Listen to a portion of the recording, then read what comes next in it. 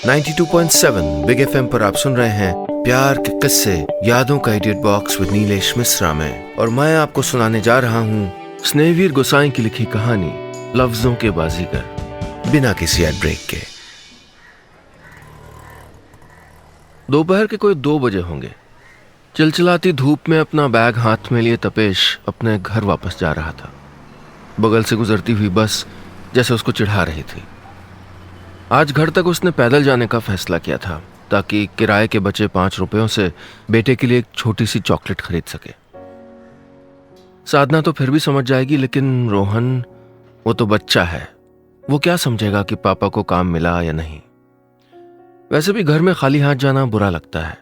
तपेश मन ही मन खुद से बातें कर रहा था। यह अपने आप से बातें करने की आदत उसने हाल में ही पाली है। आजकल उससे बात करने वाले बहुत कम जो रह गए हैं। तपेश की जिंदगी हमेशा ऐसी नहीं थी। एक जमाने में वो रिसर्च स्कॉलर हुआ करता था। उस समय किसी सरकारी रिसर्च डिपार्टमेंट में जूनियर साइंटिस्ट या किसी कॉलेज की लेक्चरर की नौकरी उसको आसानी से मिल सकती थी, लेकिन उसको कुछ और ही मंजूर था।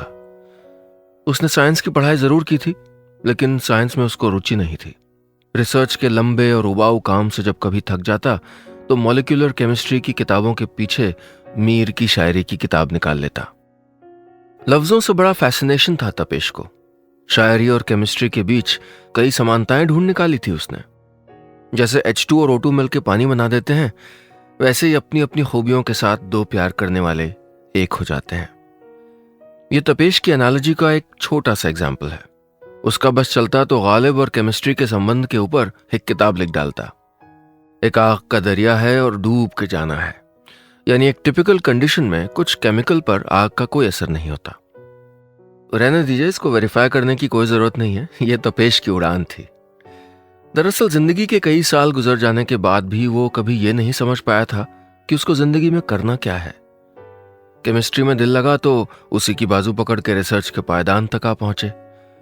लिखने, पढ़ने, समझने का शौक उसको बचपन से था, लेकिन कोर्स की किताबों के अलावा लिखने, पढ़ने और समझने को हमारे समाज में टाइम पास समझा जाता है। उसी समाज के एक प्राणी अमरजीत सिंह, जो कि तपेश के पिताजी होते हैं, उन्होंने 7वीं क्लास में तपेश की जिंदगी को अपने हिसाब से एक नया मोड़ दे दिया।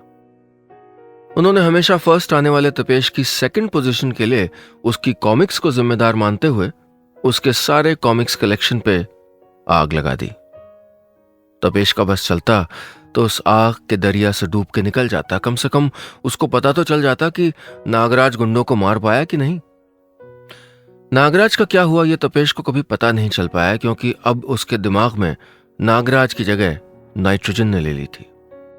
पिताजी ने उसके दिमाग में विज्ञान ठूंसने की पूरी कोशिश की, लेकिन वो ऐसा केमिकल था जिसको लिटरेचर में ही घुलना था। तो एक दिन अपनी रिसर्च को अधूरा छोड़ के तपेश ने किताब लिखने का फैसला कर लिया। पिता अमरजीत सिंह को यह बात कतई अच्छी नहीं लगी। वो तो साल भर के बाद अपने बेटे को कॉलेज का लेक्चरर देख रहे थे। तपेश की किताबों को जलाना अब मुमकिन नहीं था।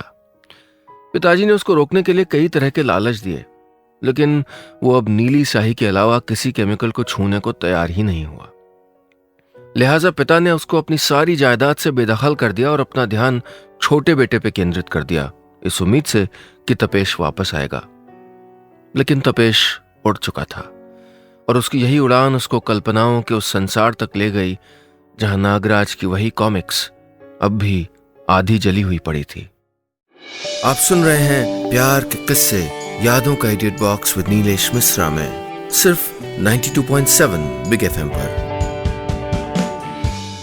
दोस्तों, आज मैं आपको कहानी सुना रहा हूं एक राइटर तपेश की, जिसने साइंस की पढ़ाई छोड़ के किताबें लिखने के अपने सपने को चुना है, पर आज हारा हुआ महसूस करता है। अब आगे। तपेश की कल्पनाओं ने एक नई दुनिया बना ली थी, जहां उसके सपने जलाने वाला हाइड्रोक्लोरिक एसिड नहीं था। अपनी पहली किताब के लिए उसको कई पब्लिशर के चक्कर काटने पड़े थे, लेकिन बाहर की खुली हवा उसको लेबोरेटरी की तीखी गंध से कहीं बेहतर लगी थी। दोस्तों, यहां हम विज्ञान को गलत साबित करने नहीं बैठे हैं। कहने के मायने बस इतने हैं कि पंछी को कई साल तक पिंजरे में रख लेने के बाद भी उसके मन से उड़ान की ख्वाहिश खत्म नहीं होती। पहली किताब छपने के बाद तपेश को चारों ओर से बहुत बधाइयां मिली थी। चारों तरफ मतलब घर को छोड़ के हर जगह से।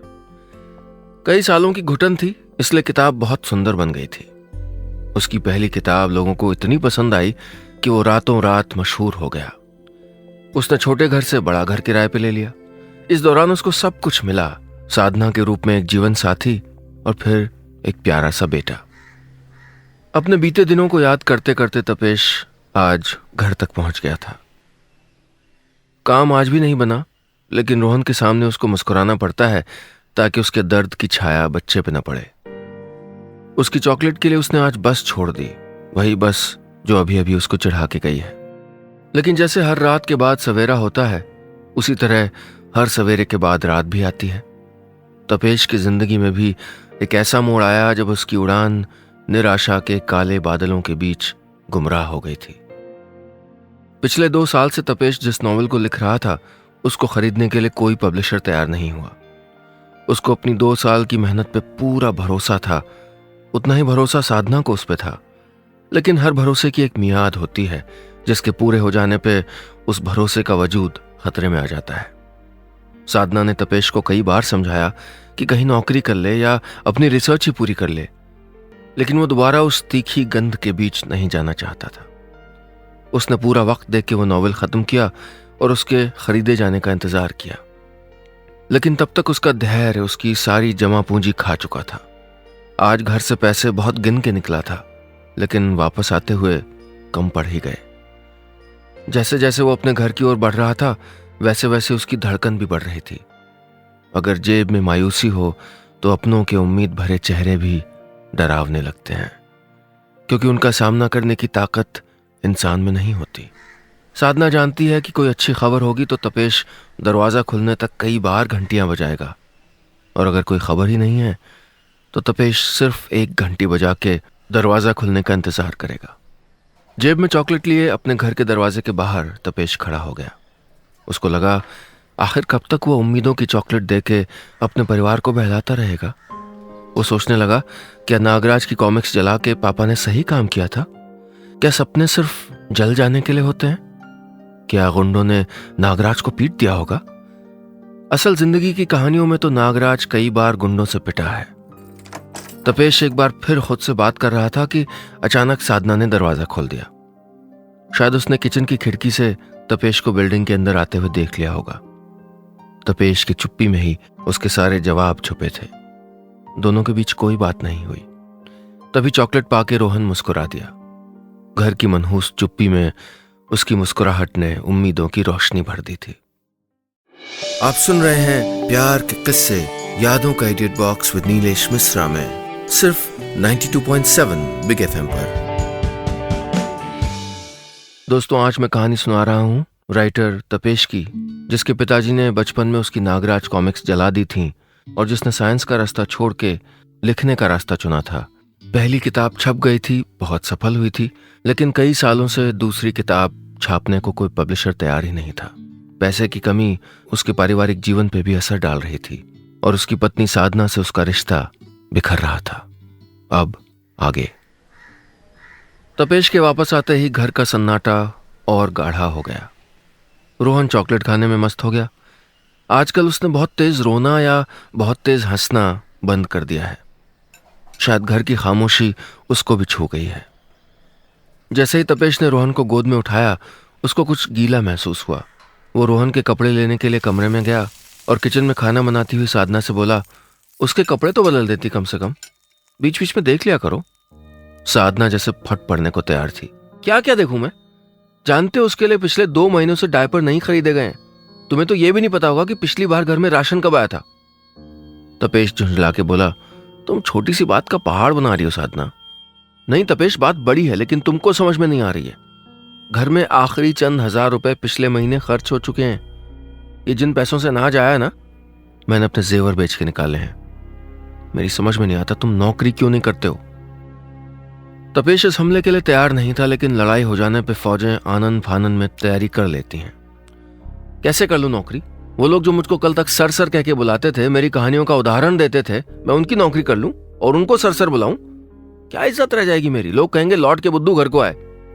साधना गुस्से में बोली, अब तो बड़ी इज्जत हो रही ना तुम्हारी, जब अनाज के लिए बीवी के जेवर बिक रहे हैं। सारी दुनिया नौकरी करती है तो क्या उनकी इज्जत चली जाती है? कितना बड़ा ईगो है तुम्हारा। खुली हवा के मुरीद तपेश को किसी अखबार या कॉलेज के बंद कमरों की महक कभी रास नहीं आई। एक किताब की कामयाबी से जो इज्जत मिली थी उसको वो खुरच के उतारने को तैयार नहीं था। तपेश ने आगे कुछ नहीं कहा। साधना भी शांत हो गई। गुस्से की ताकत कम हो गई थी, लेकिन शिकायतों का ईंधन अभी भी बचा था। दोनों ने उसी चुप्पी में खाना खाया। रोहन ने भी चुपचाप मम्मी पापा को फॉलो किया, लेकिन इतनी सारी चुप्पियों के बीच उसकी चुप्पी को किसी ने नोटिस नहीं किया।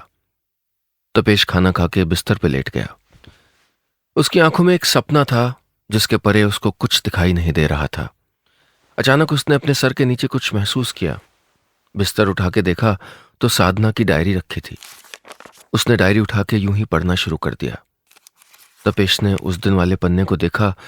वहां साधना ने लिखा था, कभी कभी मन करता है कि सब कुछ छोड़ के वापस चली जाऊं पापा के पास। तपेश की जिद के कारण मेरी जिंदगी नरक बन गई है। बाकी बातें तो फिर भी तपेश को उतनी बुरी नहीं लगी, लेकिन ये बात उसको गहरे तक चुभ गई।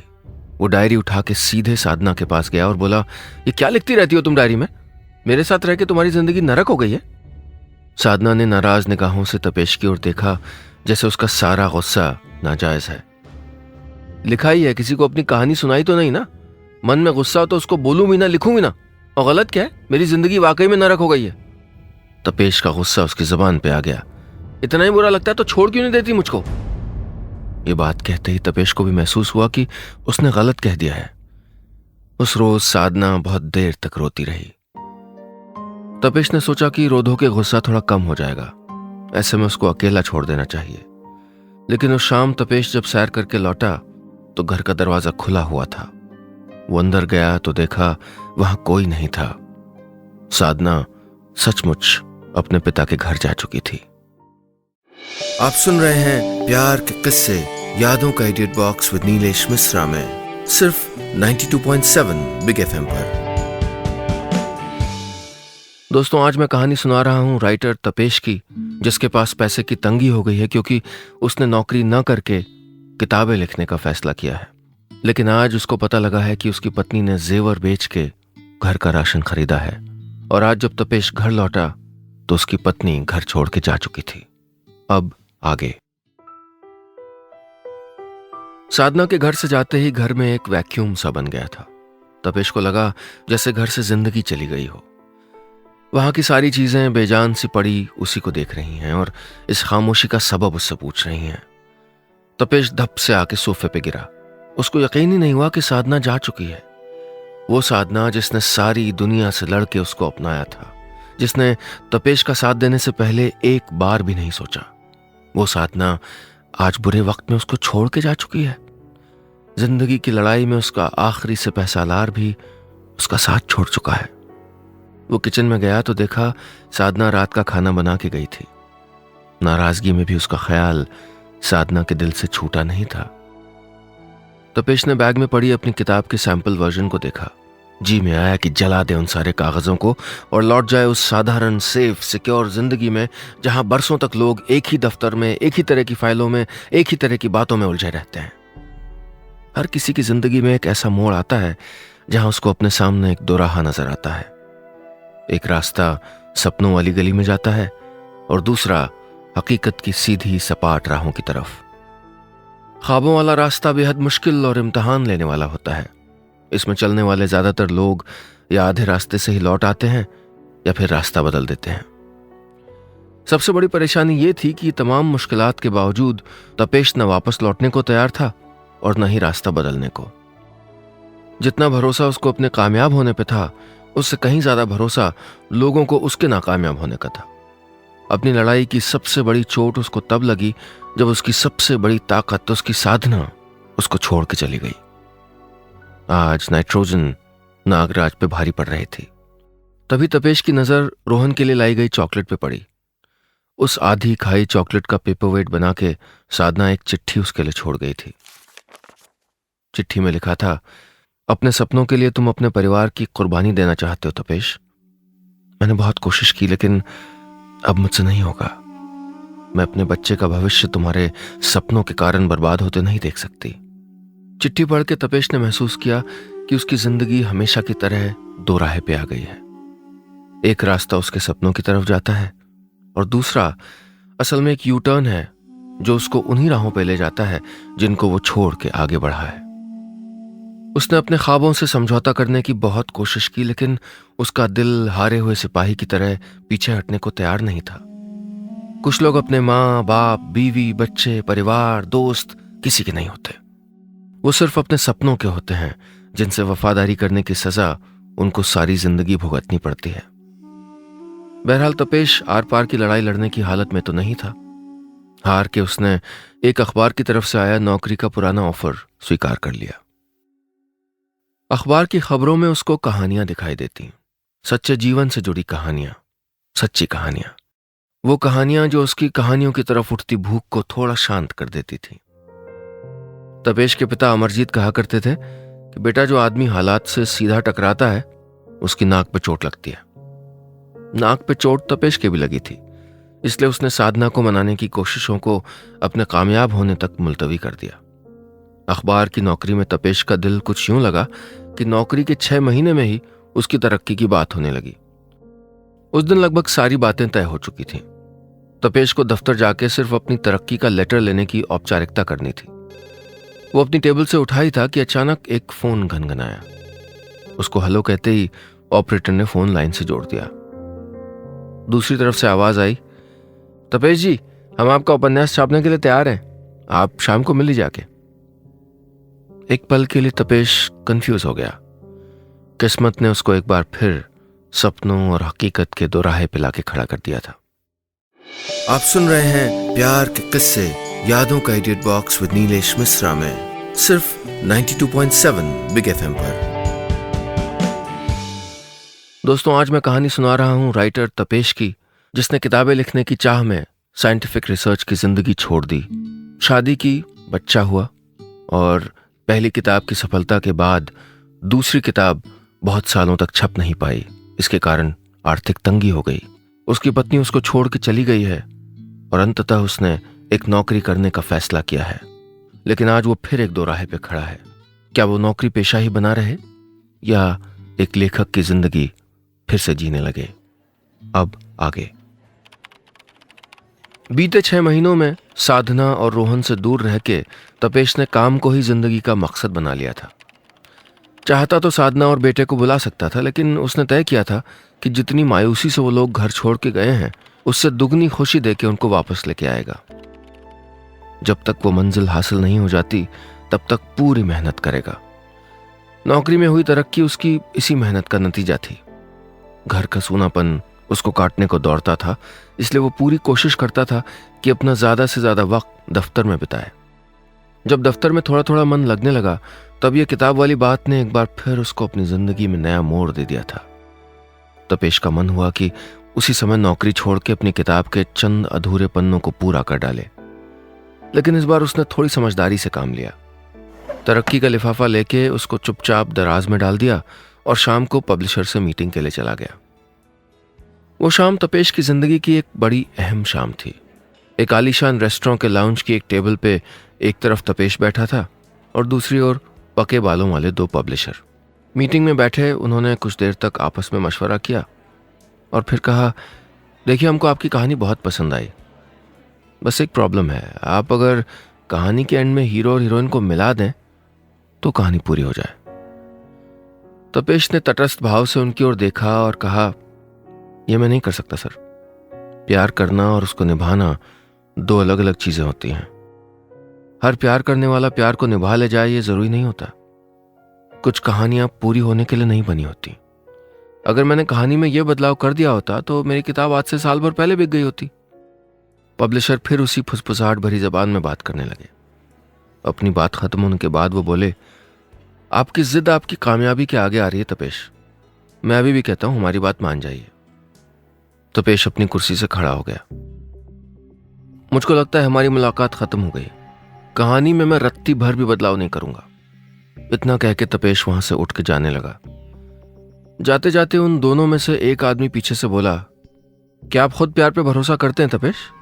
मुझको लगता है आपकी पर्सनल प्रॉब्लम आपके करियर पे हावी हो रही है। वो पीछे मुड़ा और उनके पास जाके बोला, सजेशन के लिए थैंक यू। तपेश ने नॉर्मल दिखने की पूरी कोशिश की, लेकिन कहीं ना कहीं यह बात उसके मन में गहरे तक चुभ गई थी। बाहर से वो भले कितना ही कॉन्फिडेंट दिख रहा हो, लेकिन उसके अंदर से उसके भरोसे की नींव हिल गई थी। साधना एक मजबूत स्तंभ की तरह उसके विश्वास की इमारत को संभाले हुए थी। उसके जाने के बाद तो उसको अपनी परछाई पे भी भरोसा नहीं रहा था। ख्यालों में खोए हुए तपेश को एक बार फिर अपनी बात याद आ गई। प्यार करना और प्यार निभाना दो अलग अलग बातें हैं। प्यार तो उसने भी किया था, लेकिन निभा नहीं पाया था। हमेशा की तरह सूना घर आज उसको और भी मायूस लग रहा था। खिड़की, दरवाजे, मेज, घड़ी सब उसकी तरह उदास पड़े थे। घर में जब खुशी हो तो चीजें भी बोलती हुई मालूम होती हैं। शायद हमारी एनर्जी के हिसाब से वो रिएक्ट करती होंगी। आधे घंटे से तपेश ड्राइंग रूम की गैलरी में निगाहें टिकाए बैठा था, जैसे किचन से निकल के अभी साधना एक कप चाय टेबल पे रख देगी। कभी कभी झूठे दिलासे लोकल एनेस्थीसिया की तरह काम करते हैं। पूरा माहौल चुप्पी की जंजीरों से बंधा हुआ था कि तभी फोन की धीमी आवाज ने खामोशी की कड़ियों को तोड़ दिया। तपेश ने फोन उठाया, लेकिन दूसरी ओर से कोई आवाज नहीं आई। वो समझ गया कि शाम को उसके लौटने के वक्त किसको उसकी याद आई है। आप सुन रहे हैं प्यार के किस्से, यादों का edit box with Nilesh Mishra में, सिर्फ 92.7 बिग एफएम पर। दोस्तों, आज मैं आपको कहानी सुना रहा हूं राइटर तपेश की। तपेश ने नौकरी का रास्ता छोड़ के अपने सपनों की डोर थामी और एक लेखक बनने का फैसला किया। लेकिन उसके इस फैसले से उसके जीवन में बहुत उतार चढ़ाव आए। उसकी पत्नी ने अंततः उसको छोड़ दिया, क्योंकि उसको लगता था कि वो परिवार पर, अपने बच्चे पर ध्यान नहीं दे पा रहा था।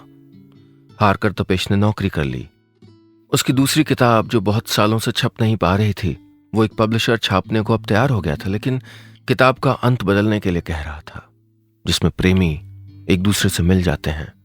जब तपेश तैयार नहीं हुआ तो पब्लिशर ने कहा कि उसकी पर्सनल लाइफ, उसका व्यक्तिगत जीवन उसकी किताब की सफलता के आड़े आ रहा है। उसकी पत्नी उससे दूर अपने पिताजी के घर चली गई थी। एक बार फिर आज तपेश जब अपने खाली घर में लौटा तो आज एक फोन की घंटी बजी। अब आगे। उस अकेली और उदास शाम को घर का सन्नाटा तपेश को चिढ़ा रहा था। ऐसा लग रहा था जैसे मायूसी की सर्द रातों में घर की हर चीज चुप्पी की चादर ओढ़े बैठी है। तपेश को इस तरह खामोश बैठे आधा घंटा गुजर चुका था। तभी एक फोन कॉल ने जैसे खामोशी के सारे मायने बदल के रख दिए। कोई फोन करके चुपचाप रिसीवर थामे हुए था। इस अनबोले को तोड़ते हुए तपेश ने कहा, मैं जानता हूं तुम कुछ कहोगी नहीं। आई एम सॉरी साधना, मैं फेरों के वक्त खाई गई उस कसम को निभा नहीं पाया जिसमें मैंने तुमको सारी जिंदगी सुखी रखने का वादा किया था। मैं तुम्हारा कसूरवार हूं, लेकिन थोड़ी गुनहगार तुम भी हो। तुमने भी तो सुख दुख में साथ देने की अपनी कसम तोड़ दी। तपेश की इस बात पे दूसरी तरफ से कोई जवाब नहीं आया। थोड़ी देर बाद एक लंबी सांस की आवाज आई, जो खत्म होते होते सिसकी में बदल गई। कुछ देर तक रिसीवर पे खामोशी यूं ही पसरी रही। फिर रिसीवर रखने की आवाज आई।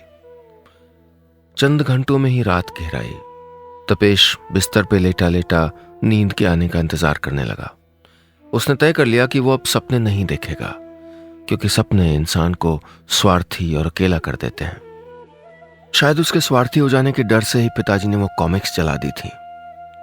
शायद उसके स्वार्थी हो जाने के कारण ही साधना उसको छोड़ के चली गई थी। शायद सपने देखना बुरी बात है या उनको पूरा करने की कोशिश करना बुरी बात है। तपेश ने खुद को पूरी तरह किस्मत के हवाले छोड़ दिया। अगली सुबह चाय के कप और चम्मच की टन टन के बीच उसको बीते दिन की सारी बातें याद आती रहीं। उसकी दुनिया लगभग बिखर चुकी थी, लेकिन फिर भी उसने उम्मीद के तिनके को बहुत कस के पकड़ा हुआ था। तभी फोन पे एक रिमाइंडर बजा, जो महीनों पहले साधना ने लगाया था। आज तपेश का जन्मदिन था। उस दिन सबसे पहले साधना उसको विश किया करती थी, लेकिन आज बरसों पुराना वो रिवाज टूट गया था।